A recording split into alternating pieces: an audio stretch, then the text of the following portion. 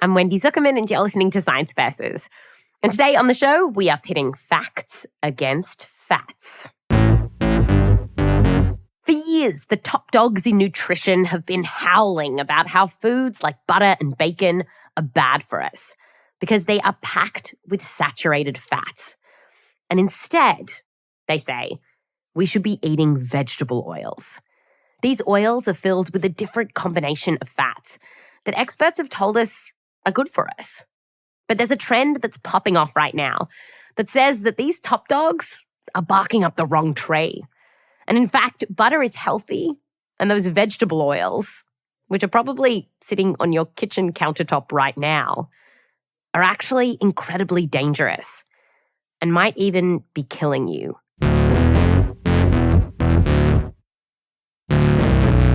Medical science is messed up when it comes to nutrition. This is Dr Cate Shanahan. She's a family physician who's been raging against the nutrition science machine. It's just so wrong. It's morally wrong. It's ethically wrong. It's shocking. And after 20 years, I still haven't gotten over it. Cate has a big problem with vegetable oils that are extracted from seeds, the so-called seed oils. What exactly are the seed oils? The problematic seed oils are a collection of 8 highly refined, industrially processed vegetable oils, specifically soy, safflower, sunflower, corn, cottonseed, canola, and rice bran and grapeseed oil. Cate calls these oils the hateful 8. You might have noticed your olive oil is still fine, but canola oil and soybean oil, they are in the bad books. It's the vegetable oils that are often yellow and come in those giant plastic bottles, and you'll find them in lots of different foods.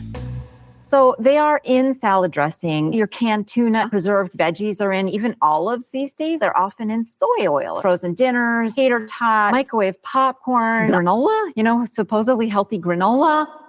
In a book that Cate wrote on this topic, which really helped kick off this new seed oils trend, she wrote that, quote, avoiding vegetable oils is the most important action you can take to improve your health, end quote. Because according to Cate, eating a lot of seed oils produces a ton of inflammation in your body, increasing your risk of an array of diseases, from heart disease to cancer. If I were to list all of the diseases you can get by eating seed oils, this podcast would be going on until tomorrow. There's too many. It's every single one they contribute to. And so instead of eating these seed oils, Cate wants you to be chowing down on something else. Saturated fat. The very fats that doctors will tell you to avoid. We're talking about, fatty cuts of meat like steak and, pork and bacon and dairy fat like butter and cheese and cream and eggs. This is really the list of the demonized list this is really like a no list. I know. And dietitians listening to this are probably thinking she's a loon. But Cate went on this diet herself. Seed oils out, saturated fat in. And she said she felt great. She even started putting her patients on this diet. And she told me that she's seen some miraculous things. People who've done it feel better, and they feel better than ever. They feel younger in their 60s than I did in my 30s. They say that I had diabetes, and I got off my diabetes medications in a weekend. I had heart failure. I no longer have heart failure. My kidneys were failing. They're better now. And it's not just Cate who's saying this kind of thing. This idea has blown up. People all over socials and podcasts are swearing by this diet.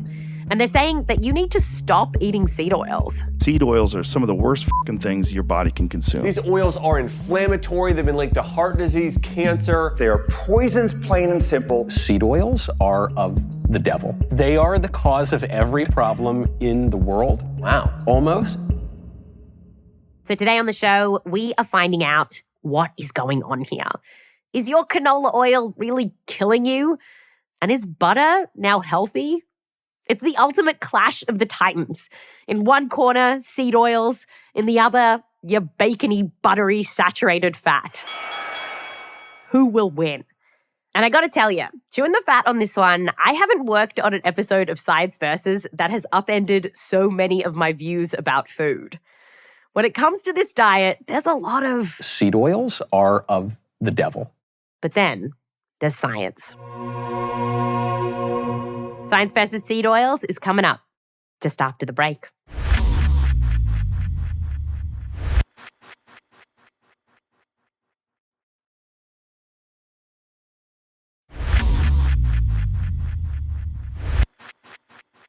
Welcome back. Today, it's seed oils versus saturated fat. Should you ditch your canola oil, like Cate Shanahan says, and fill your belly with butter and bacon instead? To get to the bottom of this, let's leave Cate for now and go on an adventure to simpler times, where the shoulder pads are sky high and the messages that we got about saturated fat were crystal clear. Back in the 80s and 90s, we were told that eating foods high in saturated fats, so think meats, butter, cream, was one of the worst things you could do for your health. Why? Because these foods raise your cholesterol and increase your risk of heart disease. If you eat too much of this, then over time, fatty deposits could build up in your arteries, and this increases your risk of heart disease. Here's this grim ad from the UK in the 90s. You can see a glass jug filled with fat that someone is slowly pouring down their kitchen sink. The saturated fat can clog this pipe. Imagine what it's doing to yours. In the US, this was the vibe. Ken-doll-looking fellas were mansplaining dietary advice to their ladies. Gee, hope that's not full of saturated fat. Of course not. See? Made with sunflower oil, no cholesterol, low in saturated fat. Oh, and in Australia? We'll show you some ways straight from the book to cut down on the fat in the food that you cook. Are you ready? But song or no song, the message was clear. Saturated fat is bad.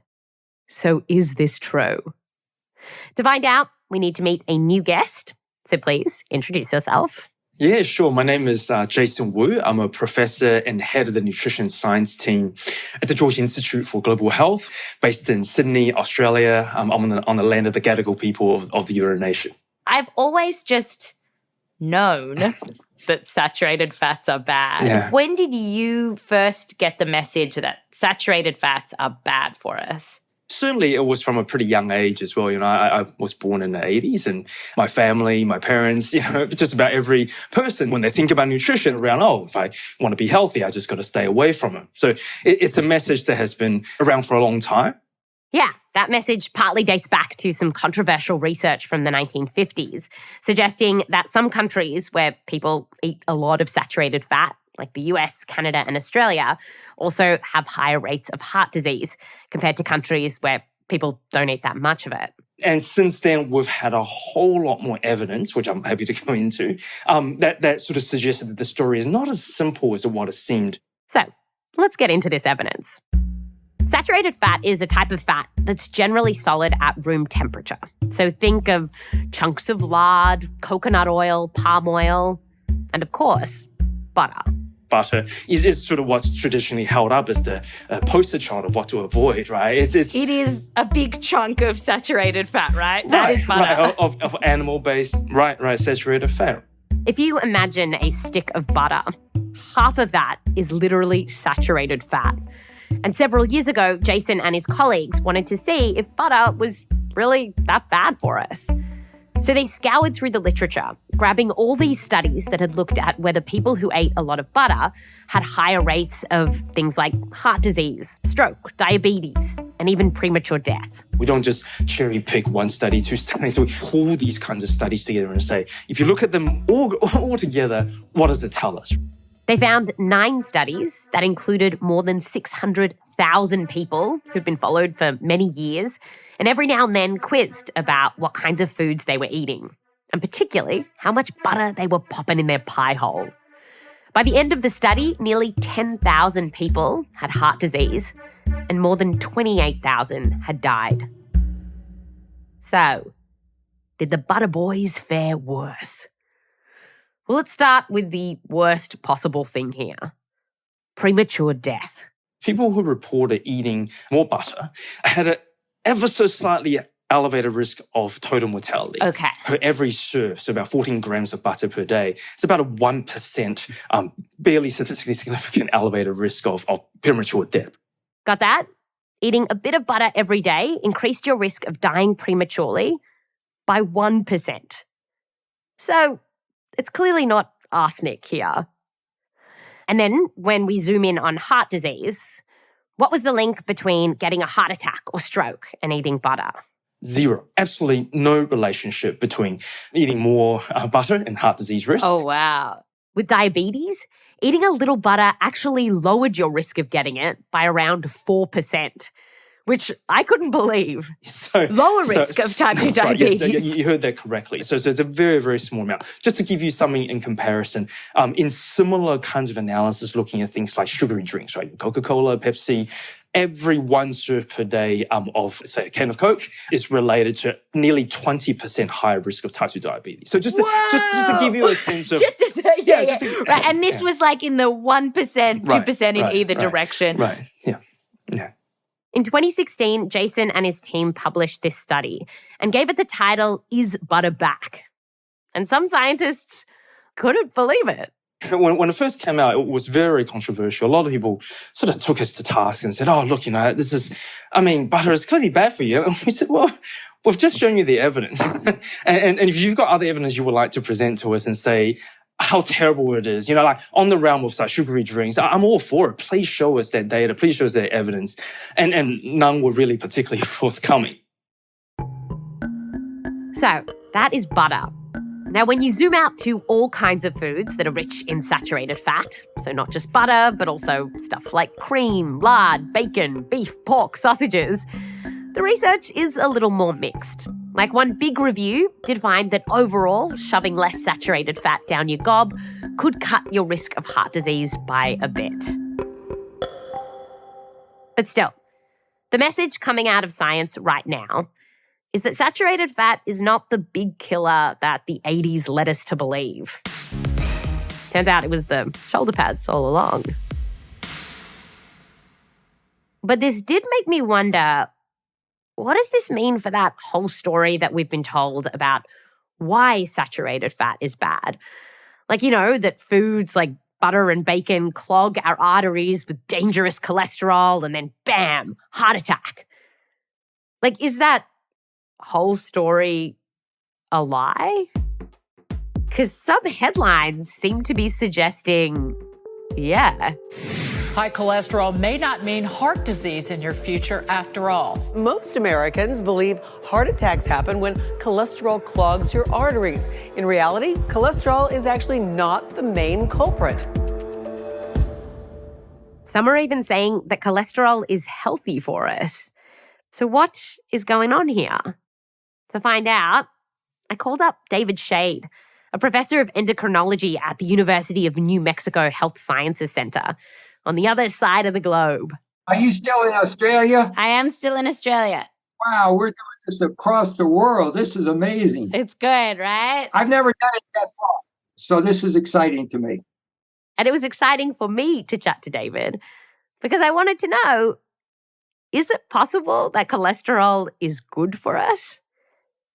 And David was like, well, duh. Yeah, cholesterol is super important. So we're all made up of billions of cells, right? Skin cells, heart cells, muscle cells. And something has to keep those cells together. Otherwise, we'd all be a pile of Jell-O, right? But we're not a pile of Jell-O. The reason we are not a pile of Jell-O is partly thanks to cholesterol, which is this waxy yellowish fat that hangs out in the lining of our cells, giving them structure. We also use cholesterol to make a bunch of hormones like cortisol and testosterone. So cholesterol is absolutely critical. And so then tell me, how did cholesterol get such a bad name? Okay, so a little bit is great, but too much is bad. So David tells me, here's the deal. To travel around your body doing all of its important things, cholesterol travels in these little balls of fat via the highway that is your blood. But when you have too much of this particular kind of cholesterol called LDL cholesterol swimming around in your blood vessels, some of it can get trapped in these teeny tiny holes in the lining of your arteries. And this becomes an issue. Now, we used to think that cholesterol literally clogged up your arteries. But now we know that's not entirely true. It's actually that your body tries to get rid of that nasty cholesterol with the help of these immune cells called macrophages. Okay, those cells are really scavenger cells. They take up any bits of old cells around, dead things. They're scavengers. And if they see little droplets of cholesterol, they take it up. They're like little Pac-Man, like marp, marp, marp. Exactly. And they eat cholesterol. But they eat so much that they die, basically. And what can happen is that if you have more and more bad cholesterol in your blood, you end up with this big, gross pile-on. That's exactly what happens. They pile up. You can see these yellow streaks in the arteries. And those are macrophages just practically dead, just full of cholesterol. That's bad news. Eventually, that big globby mess of Pac-Man, cholesterol, and other stuff builds up and up and up, forming what we call a plaque. And that can rupture or explode into your blood vessels, causing a heart attack. So, having too much LDL cholesterol or bad cholesterol does up your risk of getting heart disease. And science has shown this again and again and again. And the thing is, eating a diet that's high in saturated fat, the kind of diet that Dr. Cate Shanahan, who we met at the start of the show, is promoting. On average, that kind of diet, it actually increases the amount of LDL cholesterol swimming in your blood. And in fact, on this diet, Kate's bad cholesterol went up. My cholesterol levels have gone through the roof since I started this. Yeah, I have a patient like that. And David has seen this as well. So according to the CDC, a healthy LDL level is roughly 100. And then we're talking about their LDL cholesterol. Went from 110 to 430. Whoa! Yeah, she went on that kind of diet. Really? And it zoomed way up to 430. Yeah, that's terrible. The big question is, if eating saturated fat ups your bad cholesterol, and bad cholesterol ups your risk of heart disease, then why aren't we finding that butter and even saturated fat more generally are that bad? Well, here's how David sees it. You know, on the field of heart disease, there's a bunch of players. There's smoking is a player, hypertension is a player, and then there's saturated fat. Well, it's about a 1% player out of the whole 100% field. In other words, it's not an important player. And there's a couple of reasons why saturated fat isn't an important player here. One is that what makes up your bad LDL cholesterol isn't just how much saturated fat you eat. In fact, a huge chunk of your LDL cholesterol is actually produced by your own body. And some people, thanks to their genes, just naturally have very high LDL levels. And then there is this super interesting idea that I actually had no idea about until I started researching for this episode. So do you remember how this bad cholesterol gets into the little holes in the lining of your arteries? And that kicks off the process with the Pac-Man and the big globby mess that can eventually lead to a heart attack. Well, what we are learning is that there are different kinds of bad cholesterol that come in different sizes.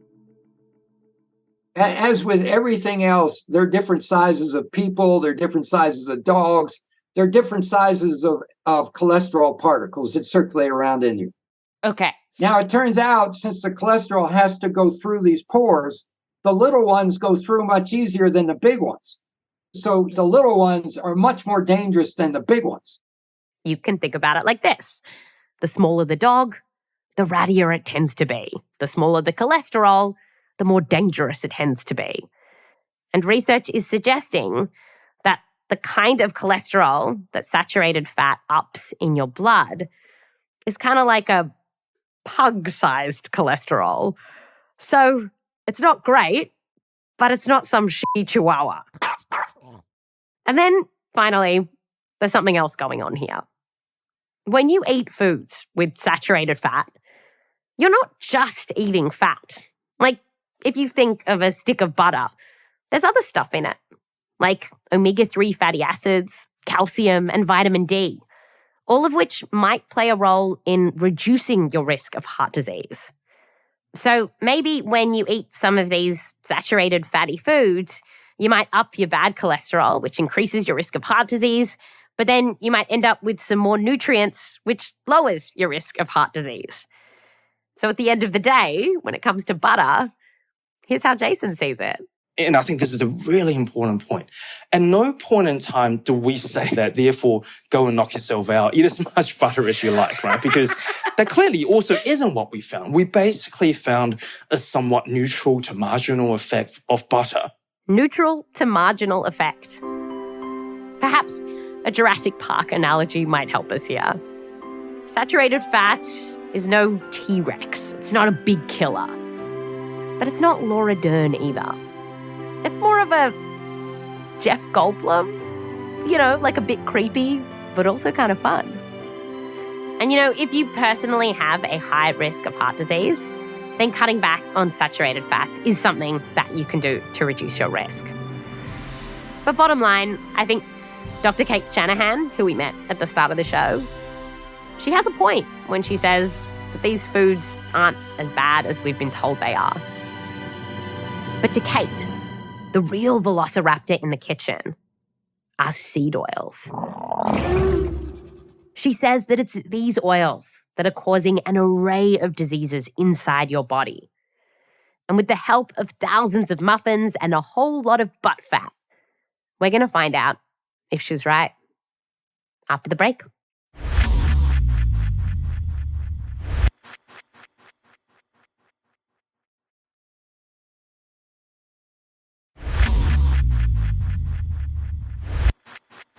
Welcome back. Today on the show, we're looking into this new diet that wants you to throw out your seed oils.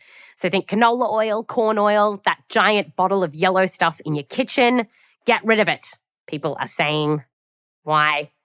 Because they are toxic. And if that's true, it's troubling.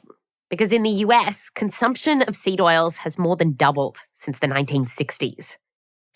Dr. Cate Shanahan, who's the queen of this new diet, says that as we've been eating more and more seed oils, our rates of certain diseases have gone up and up.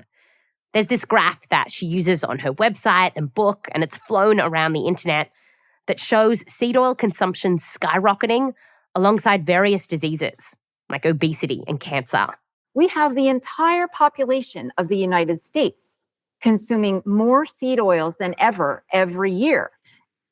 How can you explain that if seed oils are healthy? How do you explain that?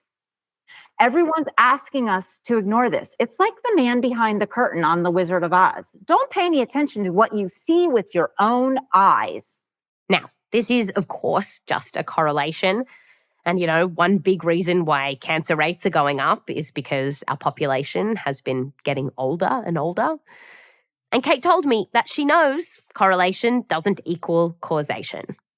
But she's also pretty convinced that seed oils are mucking up our bodies. And so what diseases do you think eating seed oils are linked to? Can you list them off for us? So just to list some diseases that are common that I see a lot. Well, actually, let's start with the good news. Let's give some little good news here.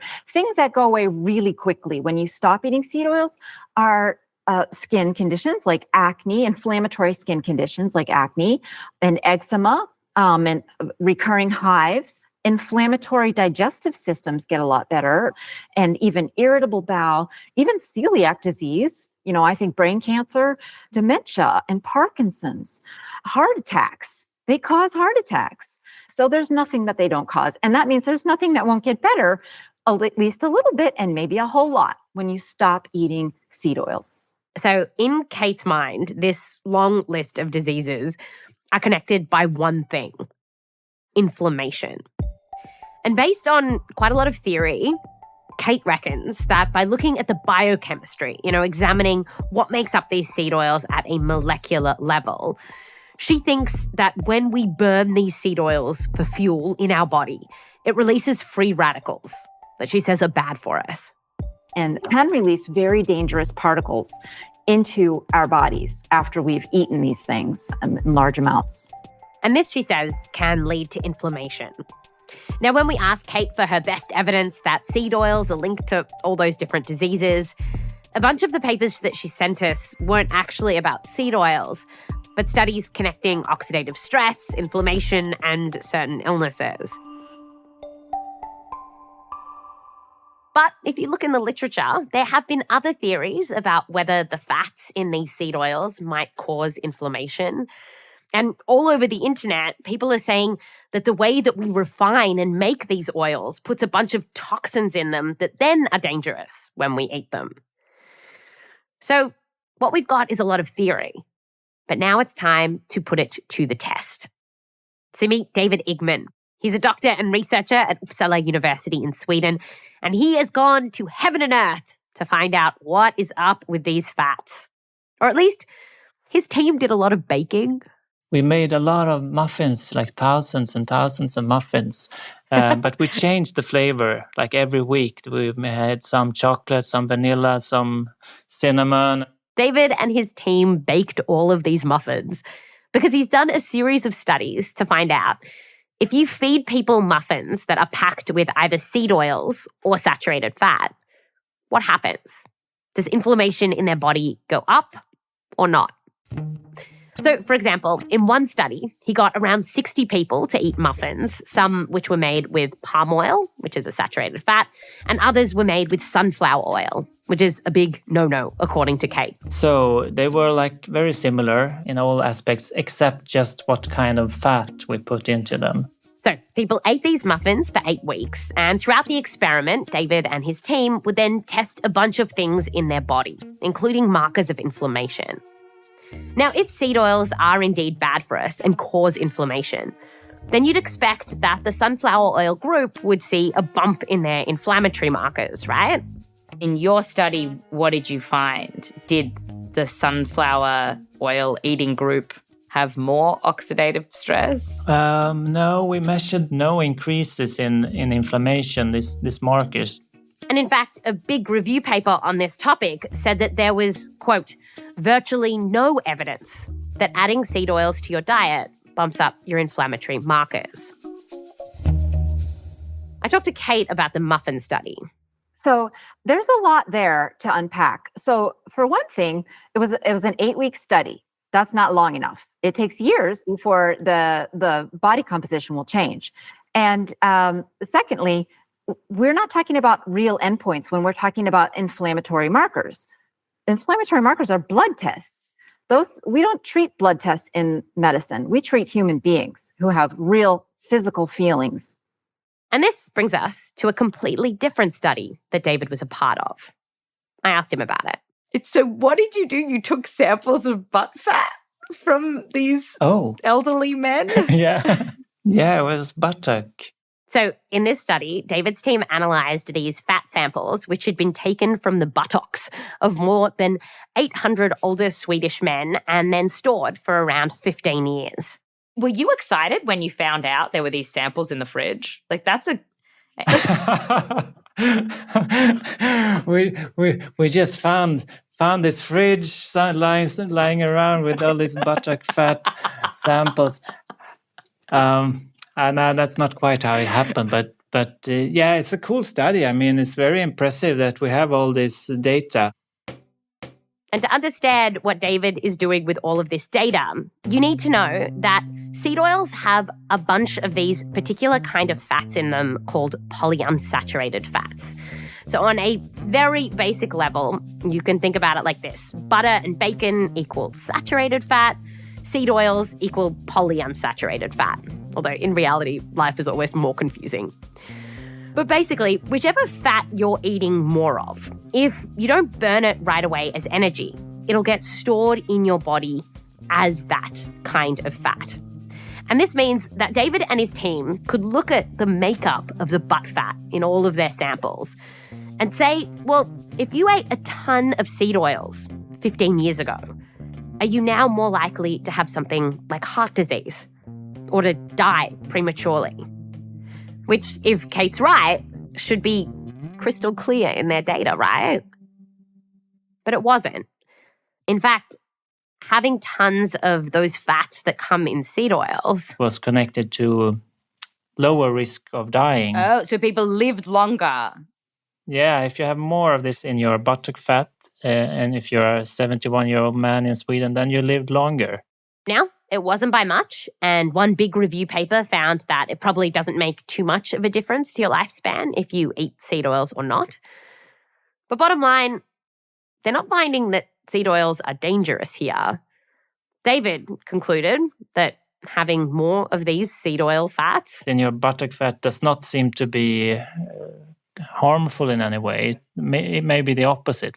I talked to Kate about this study. Oh, okay. Well, that doesn't make any sense. Wait, when you say doesn't make any sense, what do you mean? That's not what I would predict. And you're right. That does contradict my theory. It is the opposite of the theory, right? That's the opposite of the seed oil theory. That's just suggesting that. Yeah. Yeah, correct. But it sounds like the opposite. But if you drill down into the details of these studies, which I have done, I usually find that they're missing something very, very important, which makes them misinterpret the finding. Kate took a close look at David's paper, and in an email afterwards, she sent me a few criticisms. One was that she said his study actually did find a link between one of the fats in seed oils and death. But once he adjusted for other risk factors, that link disappeared. I sent these criticisms to David, and he wrote back to me saying, among other things, well, you need to adjust for risk factors. These are things like smoking and high blood pressure.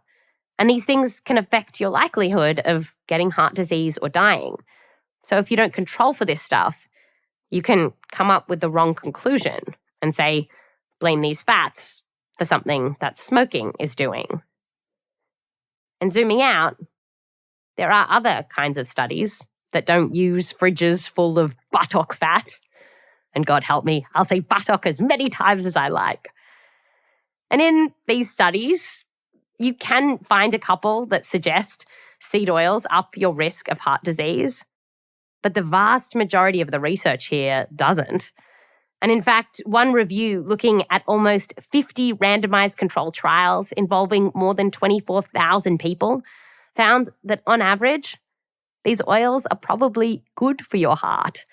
And that generally speaking, swapping out saturated fat for seed oils, completely contrary to Kate's advice, is actually the healthier thing to do. Here's how Jason sees it, our butter researcher. Replacement of saturated fat with the polyunsaturated fat does reduce the risk of cardiovascular disease. The exact opposite of what this trend is suggesting. Yeah. So the evidence are pretty consistent. Really? So eating even like highly refined chemical, as chemically canola as you can get, eating those instead of saturated fat, you were actually seeing better health outcomes. Absolutely. I asked Kate about the science on this.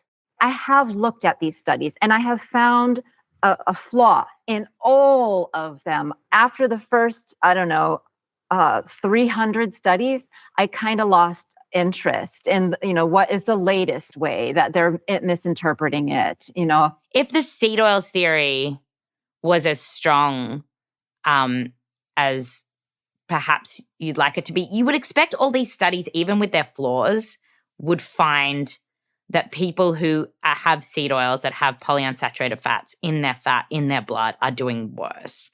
Like even despite the flaws in the studies, right? You would expect. I think you do find that. When I look, I do find that. Right. I mean, interesting. Because the researchers who did the studies are telling me, like the ones who were getting the fat samples and making the muffins and crunching the numbers, they're telling me they still think polyunsaturated fats and these oils are the healthier ones. That's when they look at the data. That's what they say. It's too large of a leap to make all in one study, right? You can't. But when they look at the picture, they look at all these different, the muffin, the fat samples, the blood samples. There's so many others. Even just one study, it did not convince me, right? It took me many, many, many studies. And it took me knowing biochemistry to become convinced. So a researcher who's doing one study on seed oils in many other studies that they've done, it's a small part of their brain devoted to it. Really, what's needed for any paradigm shift is a wholesale restructuring of the way we approach a problem, right? I mean, paradigm shifts are difficult.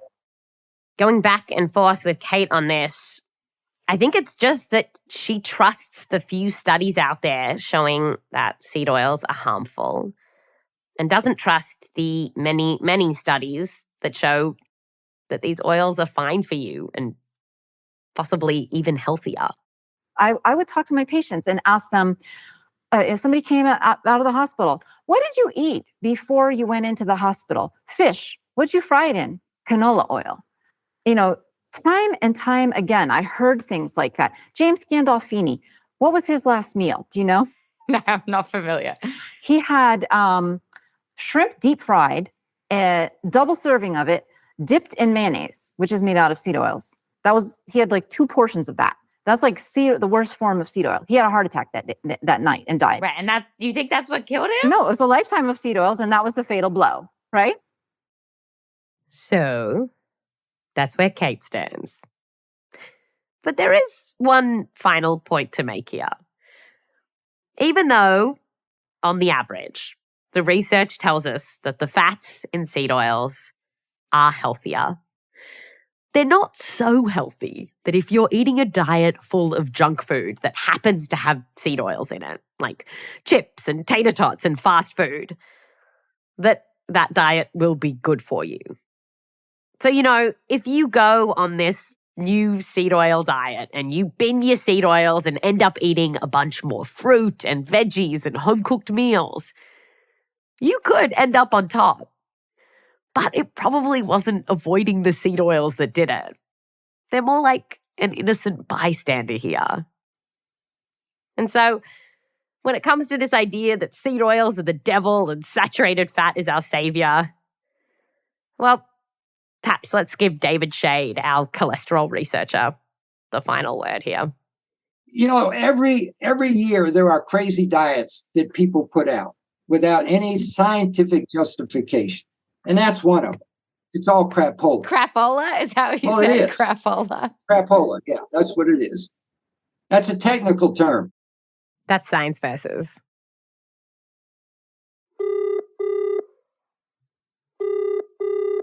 Hey, Wendy.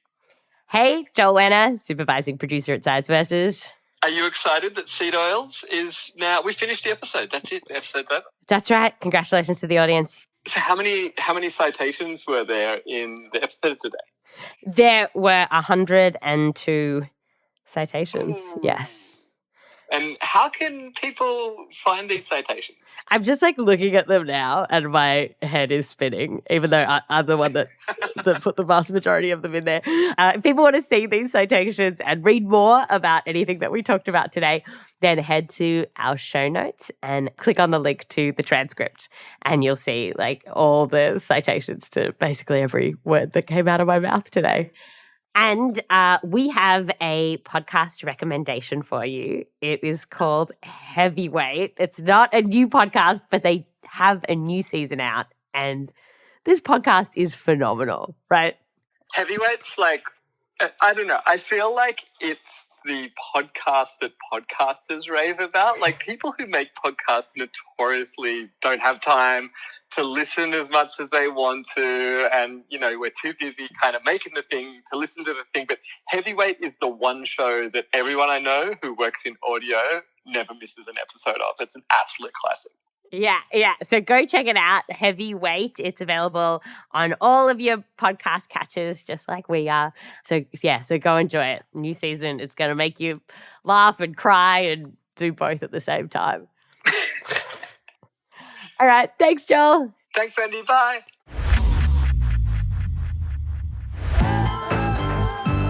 This episode was produced by me, Wendy Zuckerman, with help from Joel Werner, Rose Rimler, Nick Delrose, and Michelle Dang. We're edited by Blythe Terrell. Fact-checking by Carmen Dral. Mix and sound design by Bhumi Hidaka. Music written by Bobby Lord, Emma Munger, Peter Leonard, and Bhumi Hidaka.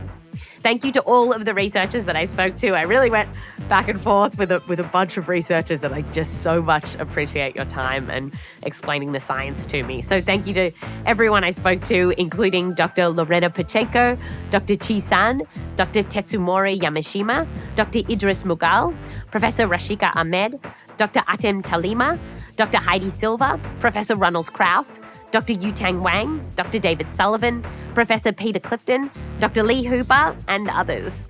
A big thank you to Morgan Ruckle, Jen Mortimer, who put me on this whole seed oils adventure. Thank you, Jen. The Zuckerman family, and Joseph Lavelle Wilson. Science Versus is a Spotify Studios original. You can listen to us for free on Spotify or wherever you get your podcasts. You can find us everywhere. If you are listening on Spotify, follow us and tap the bell icon for episode notifications. And if you like the show, give us a 5-star review. Come on, do it. And plus, if you want to come say hello, I am on TikTok.